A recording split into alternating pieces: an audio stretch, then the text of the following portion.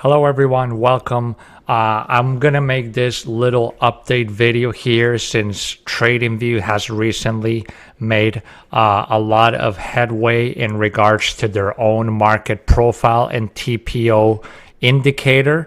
So as you know, throughout this trading with market profile and volume profile course, I've mostly been using Sierra Chart, which is my preferred platform for day trading. However, I wanted to just bring up this update because at the time that I made the recording of the course, this indicator was only in its beta stage. It was just being tested out, so the functionality was very limited, and that was one of the main reasons I couldn't really feature it as much as I wanted in the course, just because I know TradingView is the most popular platform there is, and most people use it. And so I wanted to make it a big part of the course as well, but unfortunately at the time it wasn't available completely. But now that it is pretty well developed, I'm going to make just an update and show you all the functionality and everything. Now, one thing to keep in mind, and if I bring up the TradingView plans page, is you do need to have a premium plan in order to have access to all this more advanced order flow tools like market profile. They just released a footprint indicator as well, which I'm going to make a video for the order flow trading course that I'm going to add on as well as other ones like cumulative delta, etc. So it is pretty good to see that TradingView is stepping up their game and actually releasing more serious indicators and tools that day traders and order flow traders use. If you go down here, you can see premium type price opportunity, which is not available in the cheaper plans. So, the plan, this is the price if you buy a whole year subscription. So, the cost is actually even a little more expensive than Sierra Chart, but you do get the advantages of cloud-based, it works on any device, etc. But still, like I said, I use Sierra Chart more, but I just wanted to bring you this update. So for this, if you go up here, you can see when you select the chart types and you go below, it says time price opportunity and is marked as new. So if you click on that, it's going to reload there. Let's go into a 30-minute time frame. I'm looking at the continuous contract for the ES futures. And so you can see we have the market profile here. This is all the default settings that TradingView is going to give you with this. So if I double click on this, now you're going to get the settings, which is actually going to be underneath the chart settings. This used to be set as like an independent indicator with its own settings page. It is now going to go under chart settings because basically we're just choosing a different bar type from the list here. And so price source, close. Line, this is just for the price line. And we can take this on and off too. If you don't want to have a price line here, you can just select the opacity down to 0 and just take it off. Generally, I don't like to have a price line here.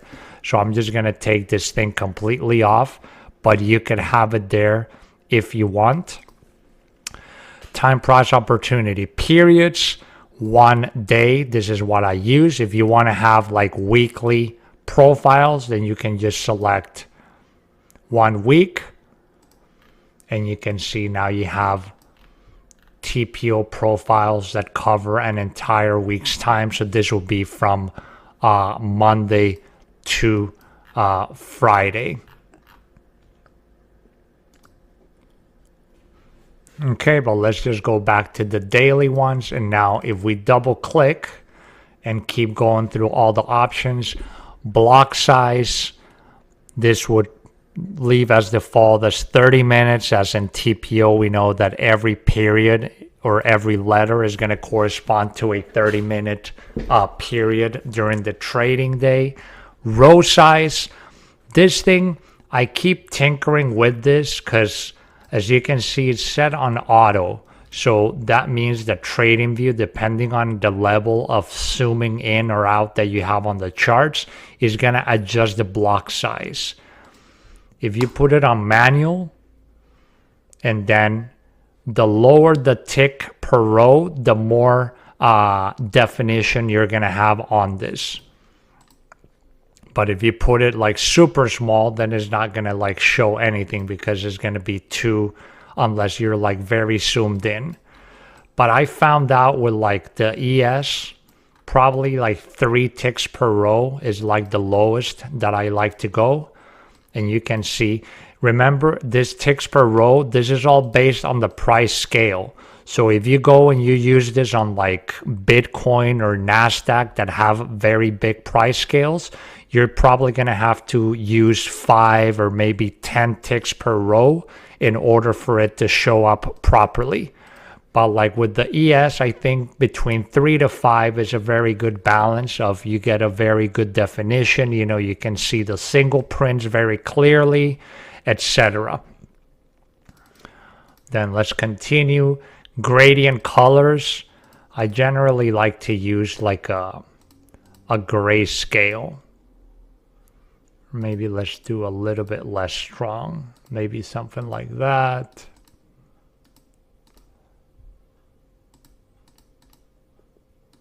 Yeah, let's say like that, from light to dark gray. So basically what this means is as the day opens, you get the light blocks, and as the day progresses, it's going to be getting darker and darker in the profile. Now, I have selected blocks, or you can select either one, blocks or letters. If you take both off, then the profile is going to disappear. I generally like to use blocks. I don't really use letters, but if you want to use letters, one thing to keep in mind is, see, now I have letters enabled, but there's nothing showing up. That is because you need to really zoom in order to see the letters. See, now the letters come up. So the thing is, you're going to need, you know, a pretty big monitor or have a very high resolution in order to be looking at this, or you're just going to have to up the tick count in order to have the letters cover a wider range on the profile. If I go here and I put 5 ticks per row, then it's going to adjust it and make it a little bit bigger like you have here. But as always, you know that the profile is going to open. This is 6 p.m. Eastern. So this is the open of futures. So you're going to have the A opening here. One thing that I don't think I found, unless, let me see. Okay, electronic trading hours. This is going to cover all 23 hours in futures. If we put regular trading hours, then this should give us just profiles based purely on from 9:30 a.m. till 4 p.m. basically regular market hours. And you can see now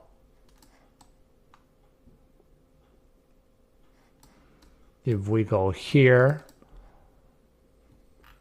let me actually mark the open price, close price. Okay, so you can see right here, opens on the A letters, opens on the A letters, because again, this is only taking into account regular market hours. But in general, you know, I like to have electronic trading hours so it covers everything, and I like to use blocks. Okay, so let's zoom out and bring back again the profile. So let's bring it back to 3 ticks per row. Value area, I always like to use 68, generally 70 by default. Opacity of outside value area. So that means this area here. Everything below value area low and above value area high, this is going to be how much opacity is going to have. So generally, I have it, you know, pretty close, about like halfway or even more, you know, because in reality with market profile, all I really care about mostly is looking at the singles, the edges, poor highs, lows. This option split by blocks, if you put this in, then it's going to basically split your profiles into blocks. So this will be 30-minute periods. So you can see right here, we open at 6 o'clock, first blocks right here, then 6:30, second, 7 o'clock, and remember A period, B period, C period, etc. And then this is going to just join both sessions together. So this is one thing that is still a little tricky that I don't like with TradingView, is that you cannot clearly split up the market profile when it comes to futures. Obviously, if you go into another market like Forex, and let me just wait for this to load. Okay, so this would be like the split profile for the Euro US dollar. And if we unsplit it, then you can see here we have the profile. You can see that it looks really small. So maybe for Forex, for Euro US dollar, we're going to up it up to like 5 ticks per row. And remember, with the TPO, is all about time and price. So regardless of what instrument it is all going to be working, you know, it's all going to be very precise because we're just measuring time and price in here. And well, we do have the volume profile here as well on the right. Okay, point of control will be highlighting the area with the most time spent. So the area where the most time was accumulated. In this case, since this is Forex, this is a 24-hour period we're looking at here of action. Poor highs, poor lows. And you can actually select to extend them until they are intersected as well, and the single prints as well. So if I zoom out, you can see, for example, here's a single print that is marked with this pink line and is going to extend it until the next time that it is intercepted over there. Here's another single print that is started, and all the little single prints.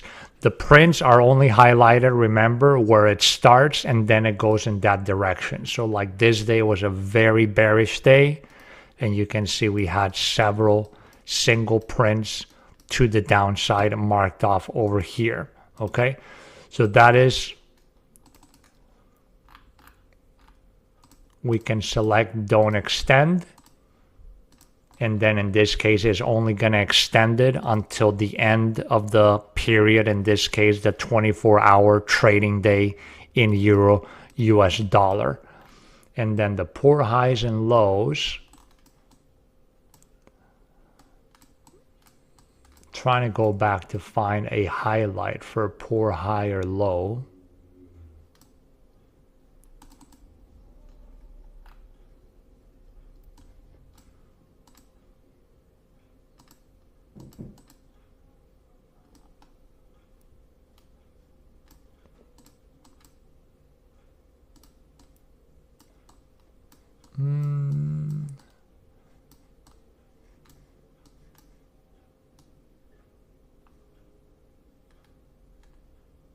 Okay, so like right here,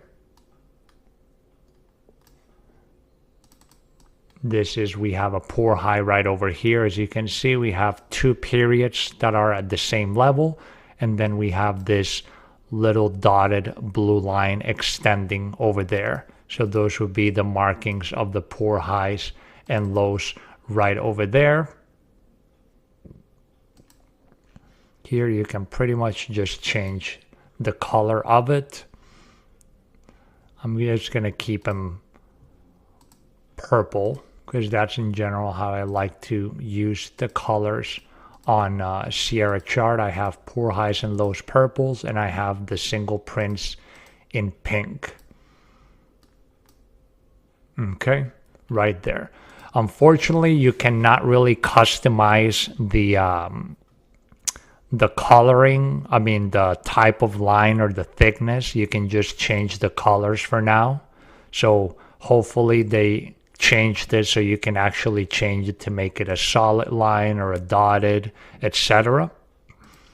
Okay, so that's the poor highs and lows here. And then the next markings that we have would be value area high and low, which if I take this off, then you can see they come off of the charts. But this is going to be the extremes of the 68% value area. TPO midpoint, which you can see marked in red, is basically the midpoint from the high to the low. Open price, close price. It's basically these little markers right over here with a little triangle where it shows you where every market is going to be opening and closing. Initial balance range, I always use 2, so that means the initial balance is going to be the first 2 periods A and B, or the first hour of trading. And again, this really only has relevance for me on the first official hour of trading in futures, specifically from 9:30 a.m. to 10:30 a.m. Eastern time. With other markets like Forex, usually people would take the initial balance of the London Open, then from the New York Open. In crypto, it's usually taken at midnight UTC. But again, you know, those markets, I don't really actively day trade them. I only day trade futures. So I just mainly focus from 9:30 to 10:30. Show volume profile, here you can turn it on and off. Values, if you enable this, you need to really zoom in, and this is just going to show you the amount of contracts that have been traded at each price level. Let's just go back to the ES, because we know in Forex we don't really get that, you know, there's no really precise volume data in spot Forex unless you were looking at currency futures. But here you can see this is the volume data at each of these tick levels for the ES market. Then if we keep going down, we can mark the value area high and low of the volume profile. We can mark the point of control. I usually always like to have this in, let's see here, unfortunately, yeah, we cannot show here, volume. So I always like to use grays over here, like that. This one, let's do like that. Value area high, value area low. I always like to use orange. So this is the setup that I use in Sierra chart. As you've seen, I like to use orange lines for my value area high, low, and the point of control. And here you can change the thickness of it and the type of lines, as you can see. This is the outside value and the value area placement, left or right. I like to have it on the left. Session, we talked about this again. This is mostly if you're just trading futures or stocks just to filter out the extended hours. Adjust for contract change. So this is going to be when you have rollovers specifically. Precision, I have default. And UTC, I have New York UTC -4. And remember, with futures, I always like to have this enabled. This is the back adjusted.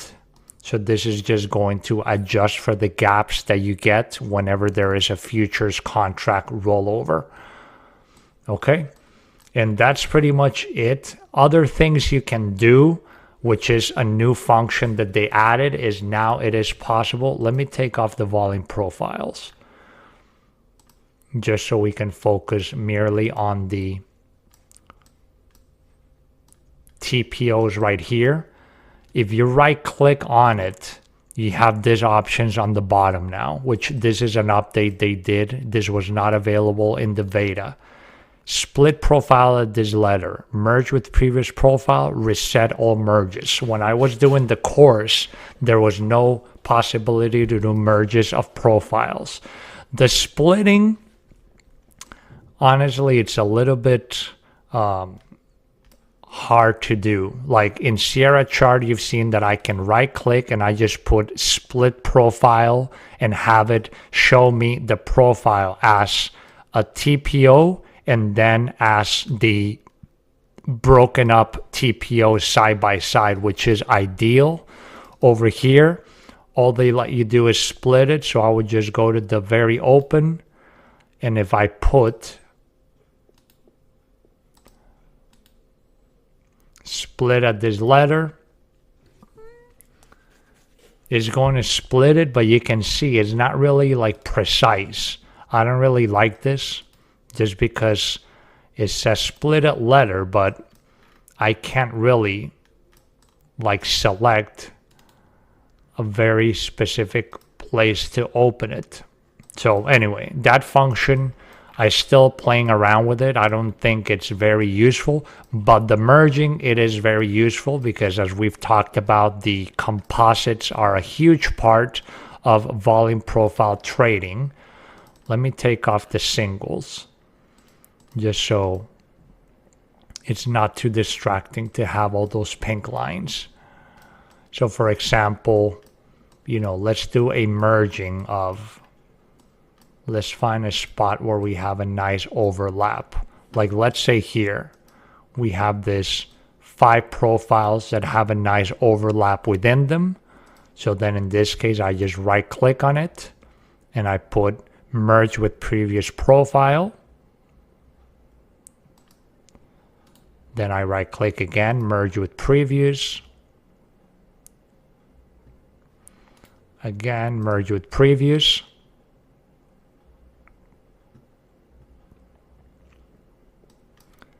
And again, merge with previous. Okay, and now you can see we turned those 5 separate trading days into a big composite volume profile. And then from here, you can take this and then we can mark off our value area. And then you can see how we have, we can then use in the future, as I talked about in the course and all the strategies, we can use this composite in order to then use this as a guide for future trade opportunities. One thing you cannot do here yet is what I told you. You can either split all profiles or just have them all arranged together, which is not really ideal because when I do my composites and I expand my value area, I like to be able to split all these ones into their individual TPO periods in order to then say, okay, once we accept back here, I'm going to look for retests.